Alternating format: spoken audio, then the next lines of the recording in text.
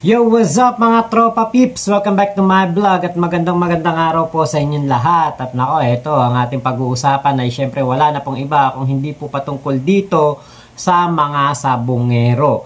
At trending nga po kagabi ang paglabas nitong si alias Totoy sa mga news outlet na kung saan talagang hindi niya na inilihim kung sino siya. Hindi lang pinapakita yung mukha, pero yung kanya pong pangalan na Julie Dondon Patidongan, kapag sinearch nyo naman po sa Google, makikita nyo po ang kanyang unang lalabas yung kanyang tawag dito, tarpaulin nung siya'y kumandidatong mayor. So makikita nyo na kagad ang kanyang mukha, kahit na ito'y laging bine-blurred sa mga balita. Ngayon po, dahil nga po tayo ang gusto nating malaman dito sa aking YouTube channel na ito. Wala namang iba tayong hinahanap dito kung hindi yung katotohanan at ang pagbibigay hustisya dito po sa ating mga kababayan, meron po akong mga ilang napansin. Ito po yung balita ng News 5, pakinggan po natin. Sabungero ay siya namang tinutulong mastermind ng grupo ng mga sikyo sa korte na magharap para magkaalamana. Nasa frontline na balitang yan, Gary De Leon. Lumantad na sa publiko si alias Totoy. Siya raw ang susi sa misteryong pagkawala ng mahigit 100 sabungero mula pa noong 2021. Tatlo raw ang mastermind. Una, ang game master ng World Pit Master Cow o WPC. Pangalawa ay ang isang kilalang engineer ng WPC. At panghuli ay ang may-ari ng WPC na si Charlie Atong Ang. Mr. Atong Ang, magpakatotoo ka naman. Huwag mo naman ako gawing sinungaling. Binaligtad mo ang lahat. Nakausap ko si alias Totoy. Nagdesisyon siyang hindi na itago sa alias ang kanyang pangalan.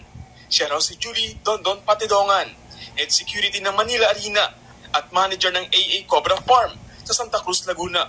Matalik din daw silang magkaibigan ni Atong Ang. Ako ang pinagkatiwalaan nila at ako isa sa malapit sa pamilya ni Mr. Ang na isa akong farm manager sa lahat ng kanyang farm. Kinabahan na yan dahil alam niya na ako ang susi ng lahat at siya ang may kagagawa na lahat. Bukod sa tatlong mastermind umano, nabanggit din ni Patidongan ang partisipasyon daw ng isang babaeng celebrity na malapit kay Ang.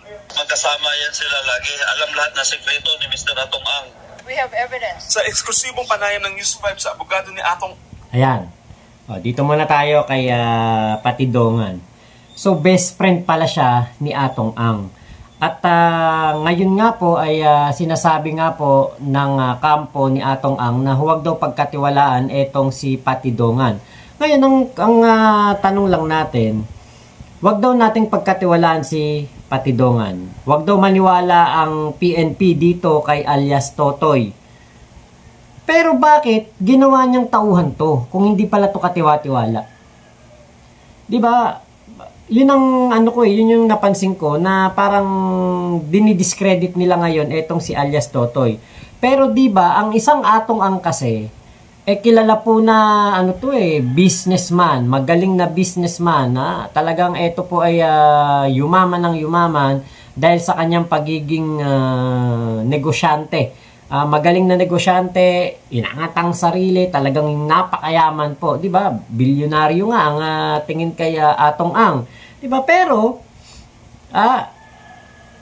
ngayon ang isang Atong Ang, hindi po yan kukuha ng mga tauhan na putyo-putyo lang. 'Di ba? Hindi yan kukuha ng tauhan na wala lang. 'Di ba? Ngayon itong si Julie Patidongan, kinuha niyang tauhan, ginawang katiwala.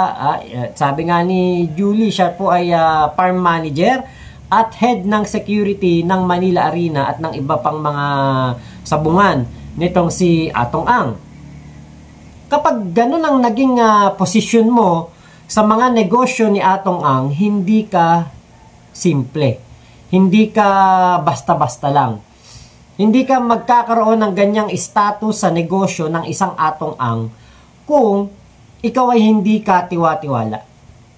'Di ba? Pero ngayon po, sinasabi ng kampo ni Atong Ang, huwag daw maniwala rito kay Julie Patidongan at huwag daw po itong pagkatiwalaan. Parang nagkamali daw po ang PNP sa paniniwala dito kay Julie Patidongan. Ngayon, Yun lang ang tanong natin. Kung hindi dapat pagkatiwalaan si Julie Patidongan, bakit ginawa siyang tauhan ni Atong Ang? Di ba? Atong Ang kapag binanggit mo pangalan niyan, yung mga negosyo niyan, ang lalaki. Tapos di ba, syempre ang mga tauhan na kinukuha niyan, yung talagang mapagkakatiwalaan, at hindi po pwedeng walang diskarte, hindi magaling, di ba? Kumbaga to the highest level, ang galing ng isang tao na papasahurin ng isang Atong Ang. Bakit ngayon sinasabi, huwag paniwalaan at huwag pagkatiwalaan? Na si Attorney Lorna Kapunan, sinubukan umano ni alias Totoy na mangikil ng 300 million pesos kay Ang para raw hindi idawit ang negosyante sa kaso. Kakasuhan daw ng kampo ni Ang si Patidongan ng extortion, attempted robbery, attempted homicide.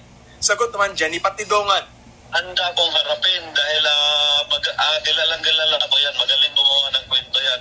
Ilabas niya ang ebidensya kung totoong nag-extort ako sa kanya at ano ang kanyang basihan. Dagdag pa ni Patidongan, siya nga raw ang inalok ni Atong Ang ng kalahating bilyong piso para pumirma ng affidavit na binabawi niya ang kanyang mga pahayag sa publiko. Pero hindi raw ito kinagat ni Patidongan dahil meron din mga death threat. Anhin ko yung pera kung buhay ko naman ang pagtangkahan nila kasama ang aking pamilya.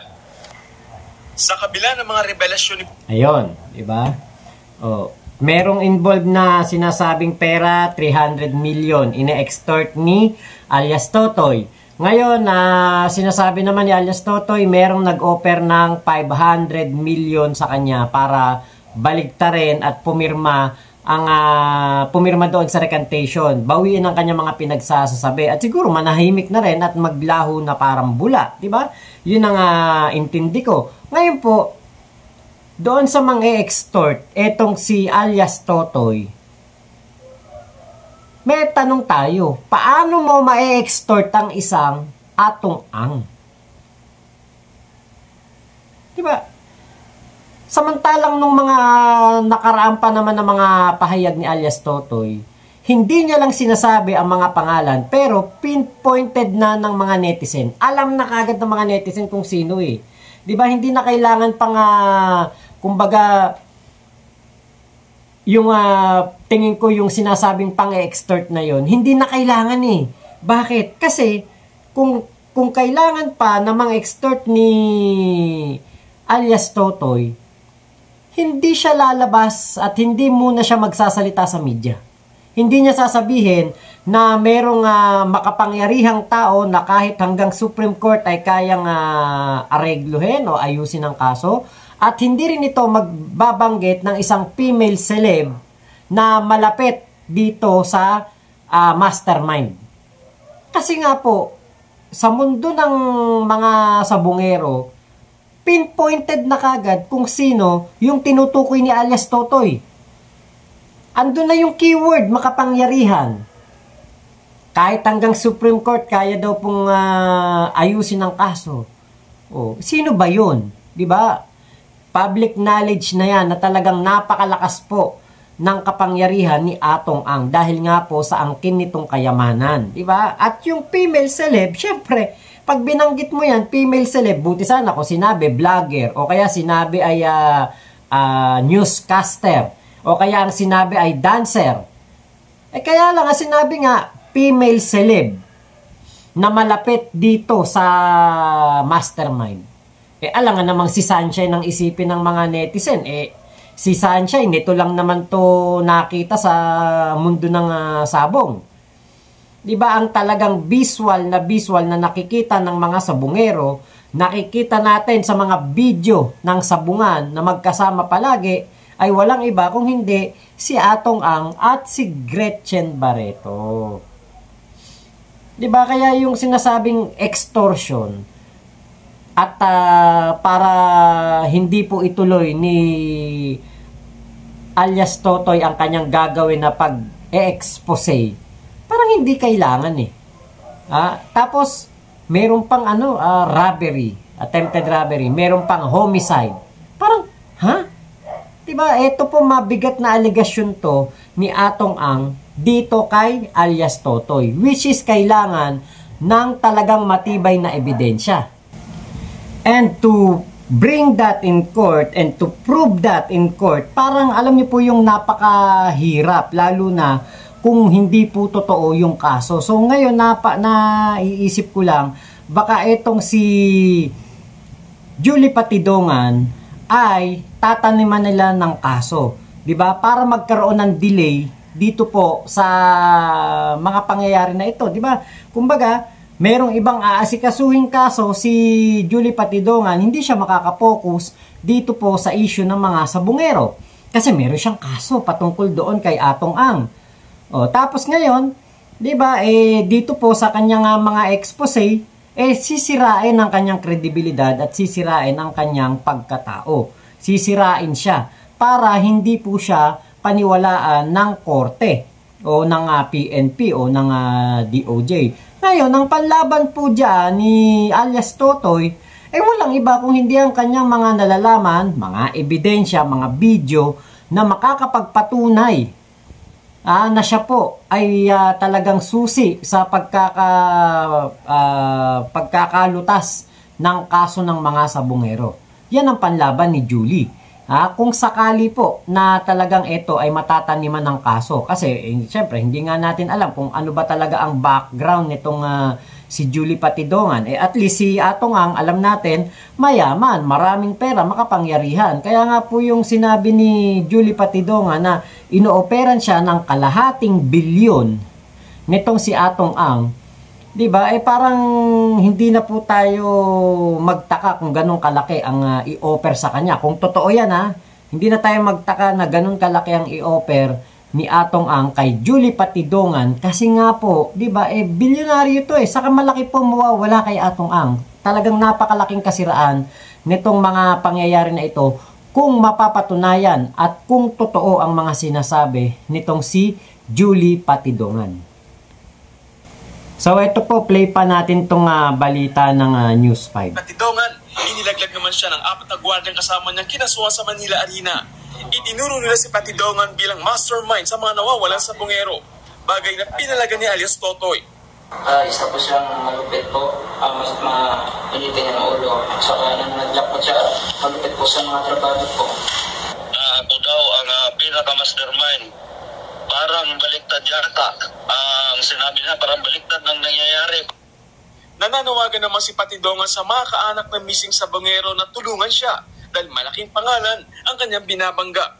Sa programang Ted Filon, DJ Chacha naman sa Radyo 5, nakausap ang kaanak ng isa sa mga nawawalan sa bungero na naniniwala siya kay alias Totoy. Oo naman po. Day 1 pa lang alam na ho namin. Alam na rin ho namin na siya. Gawa ng nung bandang mga nawawala pa, siyempre nag-grupo kami. Siyempre nag-uusap, meron po kami naririnig na ito ay right hand to mastermind, ito po ay ganito, ganyan. So, nung lumutang, parang hindi na rin kami nagtaka. Itong alias Totoy will bridge that gap.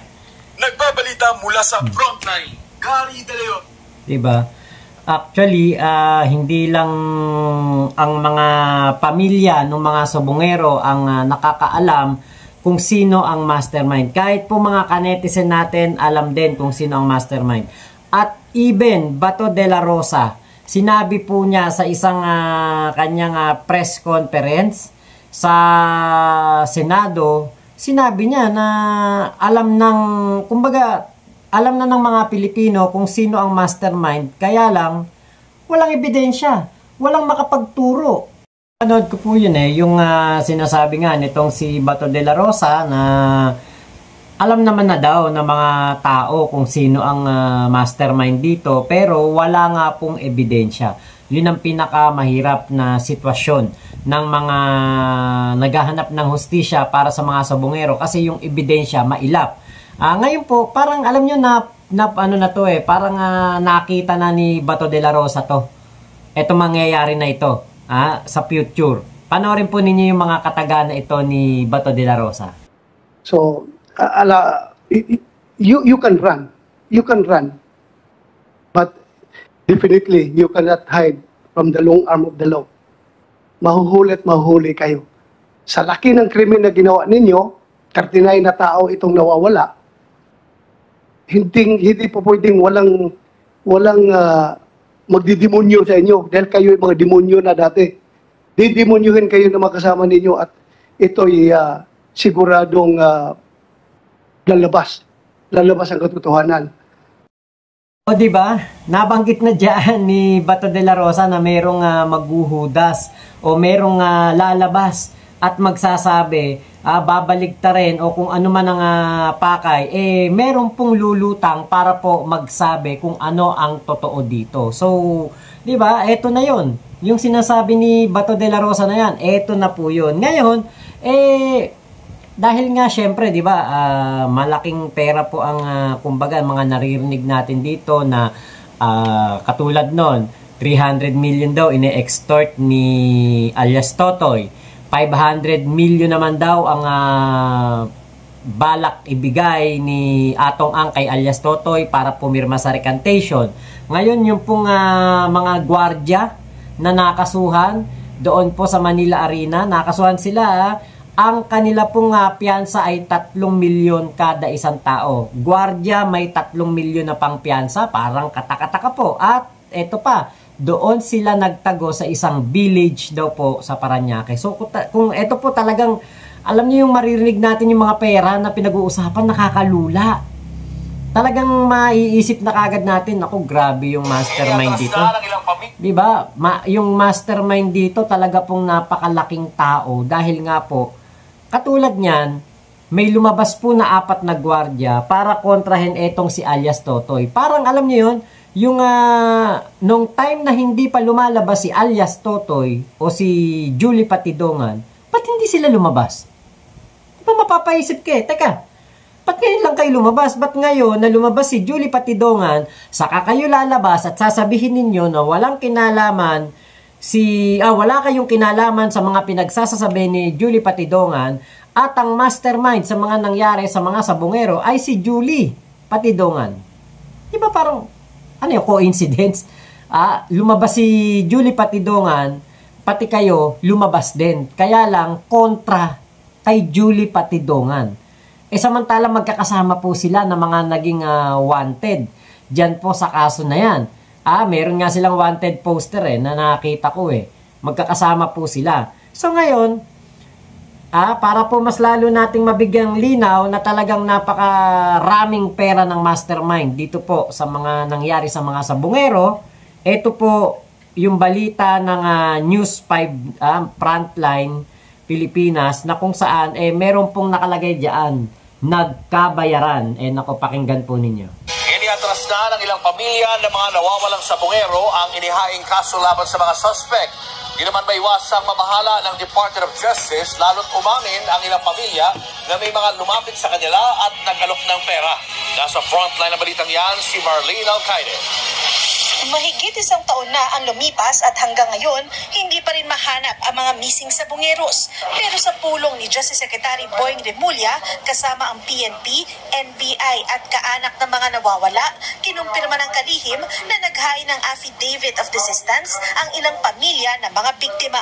Ang ibig sabihin, binabawi na nila ang inihaing kaso na kidnapping at serious illegal detention laban sa anim na security ng Manila Arena. Kabilang sa mga nagatras ang pamilya nila John Inonog, Rondel Cristorum, Mark Joseph Velasco, Roel Gomez at magkapatid na James at Marlon Bacay.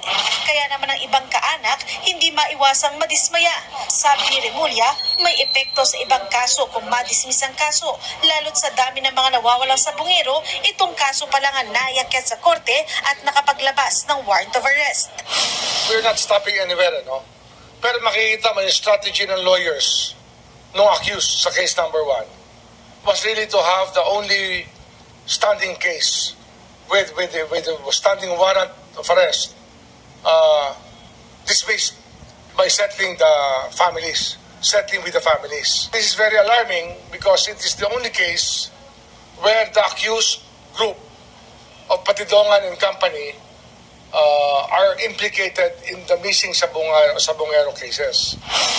Kaya naman ang ibang pamilya dismayado sa nangyari. Paano na lang daw ang paghahanap nila ng hustisya? Talaga nagkaroon kami ng takot noon na lumabas sa media. Then, nung lumabas sila, sumunod na lang din kami Sa kanila talagang malakas ang ebidensya. Kailangan kong lumaban. Kasi may mga anak po ako. 2 taon mahigit na. Mag-isa ko po tinataguyod yung mga anak ko. Yun lang po, katarungan lang naman po kailangan namin eh. Ang common law partner na isa sa mga nawawalang sabungero, hindi rin daw alam na ini-address na ng magulang ng kanyang partner ang kaso. May impormasyon ring nakarating sa kanya na umatras na rin daw ang testigo nila sa kaso. May part naman kasi talaga na masama yung loob. Pero syempre, at the end of the day kasi pamilya pa rin sila pa rin yung parents, sila yung masusunod. Pag-usapan namin yan eh. Pero hindi ko lang alam na nakapag-file na sila ng ganong dito sa DOJ nang hindi ko alam. Ayon sa kapatid na isa sa nawawalang si Michael Bautista, may impormasyon silang may nangyari umanong bayaran. Kaya po inurong yung kaso, meron pong inalok na pera. Kaya po sila umurong sa kaso na yun. Investigators po kami kung bakit po namin nalaman yun. Sa pagkakaalam ko, 4M, parang nangyari po per ulo. Dagdag pa ni Remulla, may ilang pamilya rin na lumantad at umaming may sumubok makipag-areglo sa kanila. Ang world tradition dito, di ba? Sa ibang bansa ang tawag siyang blood money. Doon tayo tumitingin sa ngayon. Kung pagdating sa pagtanggap ng pabuya para tumigil na ang hidwaan laban sa mga ganitong pangyayari at yung mga pamilya na nasaktan ay para mabawas-bawasan ang kanilang paghihinagpis sa ganitong pangyayari. Pero sinasabi nga natin, ang Estado, kung tutusin, pwede niya ituloy yan. Ba't hindi? Tuloy ang investigasyon ng DOJ. Pinagpapasa ng written report ng ahensya ang PNP-CIDG kaugnay sa iba pang mga kaso ng nawawalang sabungero. Nagbabalita mula sa Frontline, Mark. Diba? At sa isang balita nakita ko nga po, naringgan ko, nadinig ko na nasa 15 to 20 million po ang areglo. Imagine niyo kung gaano kayaman yung mga nakikipag-areglo na ito. Kasi yun lang ang punto dun Walang makikipag-areglo kung walang may guilty. Kung walang merong mastermind talaga. Diba? Bakit may mga nag-aasunto? Kasi may naghahanap ng hustisya. Ngayon, merong mga nakikipag-transaksyon para po isuko ang kanilang kaso, i-atras. Mga gwardiya lang naman yung kinasuhan. Diba doon ka mapapaisip? Mga gwardiya lang naman to Bakit ngayon sila, diba, pinag-aaksayahan ng panahon na aregluhan ng nasa 15 to 20 million pesos? Eto papakita ko sa inyo yung wanted. Ito.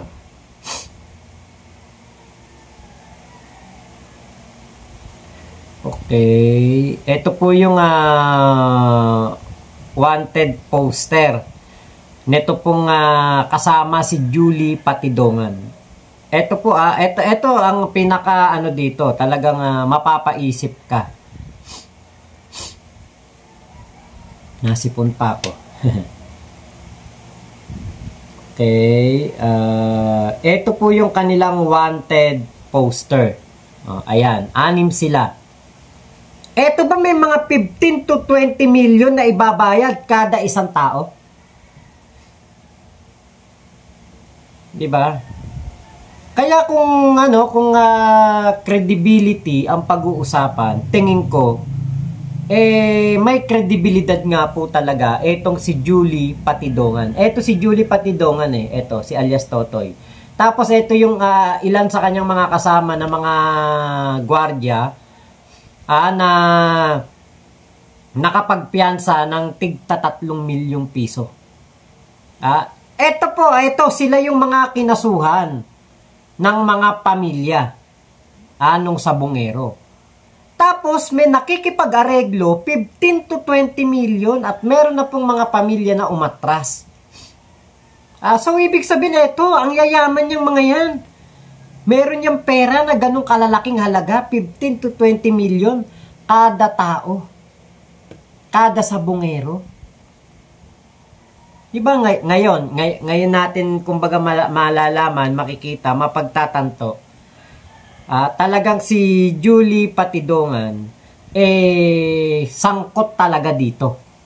Meron talaga siyang partisipasyon. Hindi pa lang natin alam kung ano ang kanyang partisipasyon, pero sigurado tayo na malaki ang kanyang nalalaman. Marami siyang nalalaman. Bakit? Nandito siya, kasama niya yung mga kumukontra sa kanya at nagkaroon na po ng aregluhan. Saan kukuha ng ganun kalaking halaga yan? Yung mga yan. Gwardiya nga lang sila, in-house security sila ng Manila Arena. Sino ang financer? Sino ang gagastos ng ganun kalaking halaga para lamang ma-acquit? Hindi na makasuhan ang 6 na ito. Diba? Yan ang tanong ngayon. Sino ang financer? At sinong napakalaking tao ang gagastos ng napakalaking halaga? 20 million para dito sa mga taong ito. Kada isang isang sabungero. Kung kung 34 yun, times 20 million. 20 million times 34. Di ba napakalaking halaga? Kaya mapapaisip ka nakapagtago sa village sa Paranaque, merong gwardiya nakapagpiyansa ng tigta 3 milyon. Tapos si Julie Patidongan nang-extort daw ng 300 million. Si Julie Patidongan naman sabi pinapapirma sa recantation, 500 million naman ang ibibigay. Tapos ngayon, mga security guard lang ang kinasuhan, pero meron pong nakikipag-areglo ng 15 to 20 million. Di ba? So talagang sana ma-pinpoint ng PNP, sana makuha nila yung logic na sinasabi natin na napaka-imposible na yung mga taong ito na nakasuhan patungkol sa mga sabungero ay makikipag-areglo ng ganong kalalaking halaga. Yun na lang. At makakapagpiyansa pa ng 3 milyon kada tao. Diba? Sana po ay mag-gets yan ng ating mga investigador ng DOJ. Diba? Para po mas lalo nilang pursigihin ang pag-iimbestiga dito at para po maibigay na ang hustisyang hinahanap ng ating mga kababayan. So yun lamang po, maraming salamat sa pagsama nyo dito sa aking vlog na ito. Ingat po kayo, nasa mang panig kayo ng mundo, Momo, chup chup, love you, God bless us all, Pilipinas. God first, salamat po.